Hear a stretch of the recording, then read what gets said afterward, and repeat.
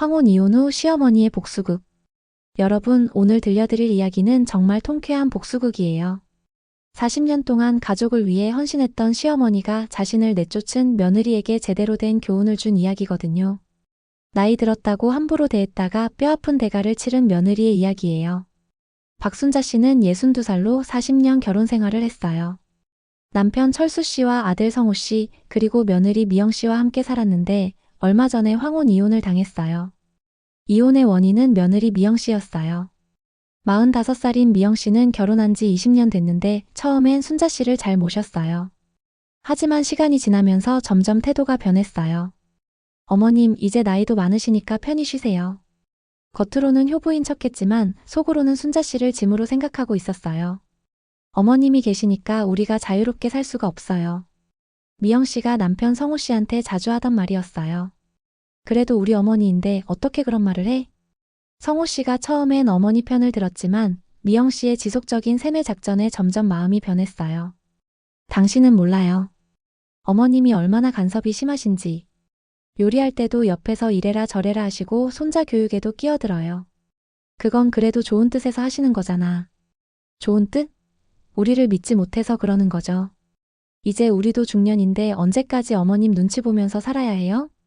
미영 씨는 교묘하게 시어머니와 남편 사이를 이간질했어요. 특히 순자 씨가 손자 교육에 관심을 보일 때마다 문제를 만들었어요. 준이야, 할머니가 숙제 도와줄까? 순자 씨가 손자한테 말하면 미영 씨가 끼어들었어요. 어머님, 준이는 이미 학원에서 다 배웠어요. 괜찮아요. 그래도 할머니가 같이 보면 좋잖아. 요즘 교육은 예전과 달라요. 어머님이 도와주시면 오히려 혼란스러워해요. 이런 식으로 순자 씨를 배제시켰어요. 그러면서 시아버지 철수 씨한테는 다른 방식으로 접근했어요. 아버님, 어머님이 요즘 너무 우울해 보이세요. 친구들과 시간도 보내시고 취미생활도 하시면 좋을 텐데요. 그러게 순자가 집에만 계시니까 답답하실 거야. 맞아요. 그리고 저희도 이제 독립적으로 살 나이가 됐잖아요. 미영 씨는 은근히 분가를 암시했어요. 순자 씨도 눈치를 챘지만 40년을 함께 산 집을 떠난다는 게 쉽지 않았어요. 미영아, 내가 불편하게 해서 미안하구나. 아니에요, 어머님. 그런 게 아니라 어머님도 자유로운 시간이 필요하시잖아요. 미영 씨는 겉으로는 걱정하는 척했지만 속으로는 빨리 시어머니가 나가기를 바랐어요. 결정적인 사건은 작년 가을에 일어났어요. 순자 씨가 감기에 걸려서 며칠 누워 있었는데 미영 씨가 남편과 시아버지한테 이런 말을 한 거예요. 어머님이 이렇게 아프시니까 저희가 돌봐드리기 힘들어요. 요양원도 알아봐야 하지 않을까요? 요양원이라니 그건 너무 심한 거 아니야? 성호 씨가 놀랐지만 미영 씨는 계속 밀어붙였어요. 어머님 건강을 위해서예요. 전문적인 케어를 받으시는 게 좋을 거예요. 그 말을 들은 순자 씨는 정말 충격을 받았어요. 감기 한 번 걸렸다고 요양원을 보내려고 하다니요. 미영아, 내가 그렇게 짐이 됐니? 어머님, 그런 뜻이 아니에요. 어머님 건강을 생각해서요. 하지만 순자 씨는 알 수 있었어요. 미영 씨가 자신을 내쫓고 싶어 한다는 걸 말이에요.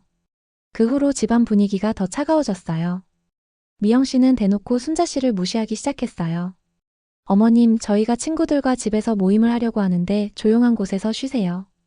자신의 집에서 손님 취급을 받는 순자 씨의 마음은 정말 아팠어요. 철수 씨도 점점 아내보다는 며느리 편을 들었어요.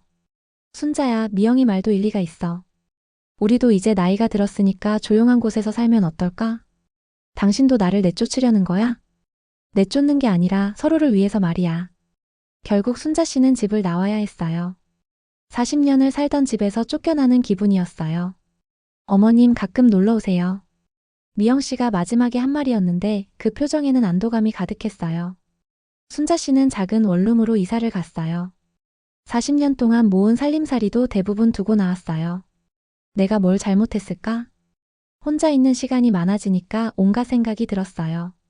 자식들을 키우느라 자신의 꿈도 포기하고 남편 뒷바라지하느라 청춘도 다 바쳤는데 이제 와서 짐 취급을 받다니요. 40년 동안 뭘 했는지 모르겠네. 순자 씨는 정말 우울했어요.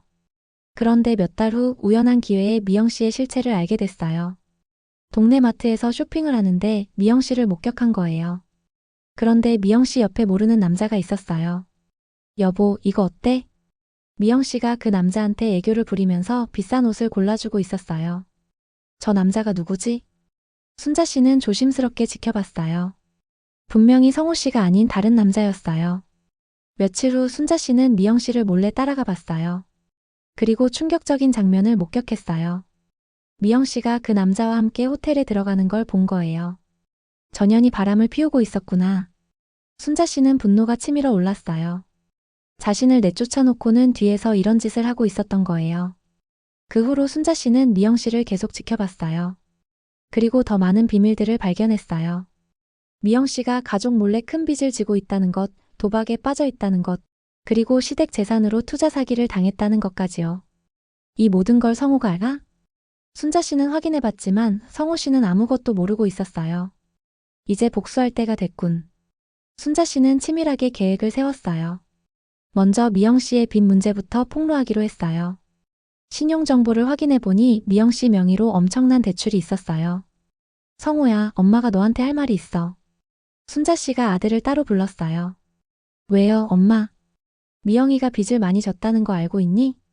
빚이요? 무슨 빚이요? 성호 씨는 정말 모르고 있었어요. 여기 신용조에서 봐. 미영이 명의로 3억이 넘는 대출이 있어. 성호 씨가 서류를 보고 깜짝 놀랐어요.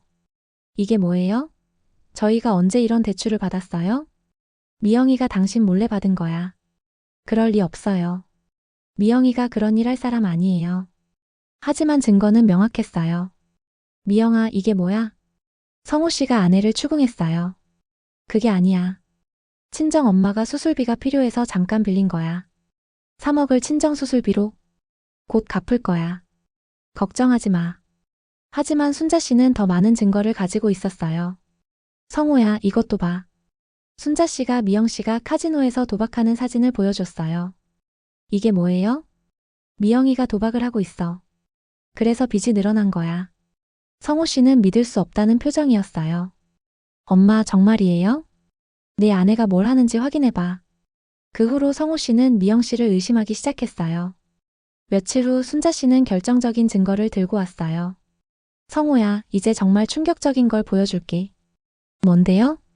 순자 씨가 미영 씨와 다른 남자의 사진을 보여줬어요. 미영이가 바람을 피우고 있어. 뭐라고요? 여기 봐. 미영이가 다른 남자랑 호텔에 들어가는 사진이야. 성호 씨는 그 자리에서 주저앉았어요. 이럴 수가 없어요. 미영이가 그럴 리 없어요. 믿기 싫겠지만 사실이야. 순자 씨는 모든 증거를 차례대로 보여줬어요. 미영 씨의 빚, 도박, 불륜까지 모든 게 다 드러났어요. 그리고 이것도 봐. 미영이가 우리 집 재산으로 투자했다는 사업이 사기야. 사기라고요? 응. 이미 사업자는 도망갔고 투자금은 한 푼도 못 받을 거야. 성호 씨는 완전히 무너졌어요. 자신이 믿었던 아내가 가족을 완전히 속이고 있었던 거예요. 엄마, 어떻게 이런 걸 다 알았어요? 엄마를 무시하면 안 되지. 40년 살아온 게 헛살았나? 순자 씨는 모든 걸 계획적으로 조사했던 거예요. 다음 날 가족회의가 열렸어요. 철수 씨도 참석했어요. 미영아, 이게 다 사실이니? 철수 씨가 딸며느리를 추궁했어요. 아버님, 오해예요. 오해? 증거가 이렇게 많은데. 잠깐의 실수였어요. 3억 빚이 잠깐의 실수야? 바람 피우는 것도 잠깐의 실수고. 미영 씨는 더 이상 변명할 수 없었어요. 그럼 엄마한테 사과해. 성호 씨가 아내한테 말했어요. 어머님, 죄송해요. 뭐가 죄송하다는 거니? 제가 어머님을 함부로 대했어요. 그게 다야? 순자 씨는 냉정하게 물었어요.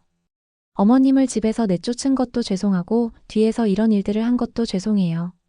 하지만 순자 씨는 쉽게 용서하지 않았어요. 미영아, 너는 나를 늙어서 쓸모없다고 생각했지? 그런 게 아니에요. 아니야. 나도 이제 알았어. 너 같은 며느리한테 당하고만 살 내가 아니라는 걸 말이야. 순자 씨는 미영 씨를 똑바로 쳐다봤어요. 너는 나를 무시했지만 나는 너보다 훨씬 똑똑해. 그리고 가족을 진짜로 사랑할 줄도 알고. 어머님, 정말 죄송해요. 이제 와서 사과한다고 다 해결되는 줄 아니? 순자 씨는 정말 화가 났어요. 하지만 그때 손자 준이가 들어왔어요. 할머니, 왜 모두 심각해요? 손자를 본 순자 씨의 마음이 조금 누그러졌어요. 준이야, 할머니가 여기 있으니까 좋지? 네, 할머니. 할머니 보고 싶었어요. 순자 씨는 손자를 보면서 생각했어요. 복수도 중요하지만 손자에게 할머니가 무서운 사람으로 기억되는 건 원하지 않았어요. 미영아, 내가 너를 완전히 무너뜨릴 수도 있어. 하지만 손자 때문에 한 번만 더 기회를 줄게. 어머님. 대신 조건이 있어. 앞으로는 나를 존중해야 해. 그리고 가족에게 한 거짓말들 다 사과하고 빚도 네가 책임져야 해. 네, 어머님. 그리고 바람 피우는 것도 당장 정리해. 미영 씨는 고개를 숙였어요. 그 후로 미영 씨는 정말 달라졌어요. 순자 씨한테 진심으로 사과하고 자신의 잘못을 인정했어요. 어머님 정말 죄송했어요. 제가 너무 이기적이었어요. 이제 알았으면 됐어. 어머님을 다시 모셔오고 싶어요. 하지만 순자 씨는 거절했어요. 아니야. 나는 이제 혼자 사는 게 좋아. 하지만 어머님. 미영아, 나도 내 인생이 있어. 40년 동안 가족만 생각하고 살았는데 이제는 나를 위해 살고 싶어. 순자 씨는 새로운 결심을 했어요. 대신 우리는 좋은 관계를 유지하자. 서로 간섭하지 말고 존중하면서 말이야. 그 후로 순자 씨는 정말 새로운 인생을 시작했어요. 원룸에서 나와서 작은 아파트로 이사를 하고 취미생활도 시작했어요. 서예도 배우고 요가도 하고 여행도 다녔어요. 순자 씨는 미영 씨를 용서했지만 예전처럼 무조건적으로 희생하지는 않았어요. 순자 씨는 가끔 생각해요. 그때 미영 씨를 완전히 무너뜨렸다면 어떻게 됐을까 하고 말이에요. 그래도 용서하길 잘했어. 복수도 달콤하지만 용서는 더 값진 것 같아요. 그리고 무엇보다도 순자 씨는 자신의 가치를 다시 발견했어요. 나이가 들었다고 쓸모없는 게 아니구나. 오히려 나이가 들면서 더 지혜로워졌고 더 당당해졌어요. 여러분, 이 이야기를 들으면서 어떤 생각이 드셨나요? 나이가 들었다고 해서 무시당할 이유는 없는 것 같아요. 나이는 숫자일 뿐이고 인생은 언제든지 새로 시작할 수 있으니까요. 오늘 이야기는 여기까지예요. 구독과 좋아요 잊지 마시고요. 다음 영상에서 만나요.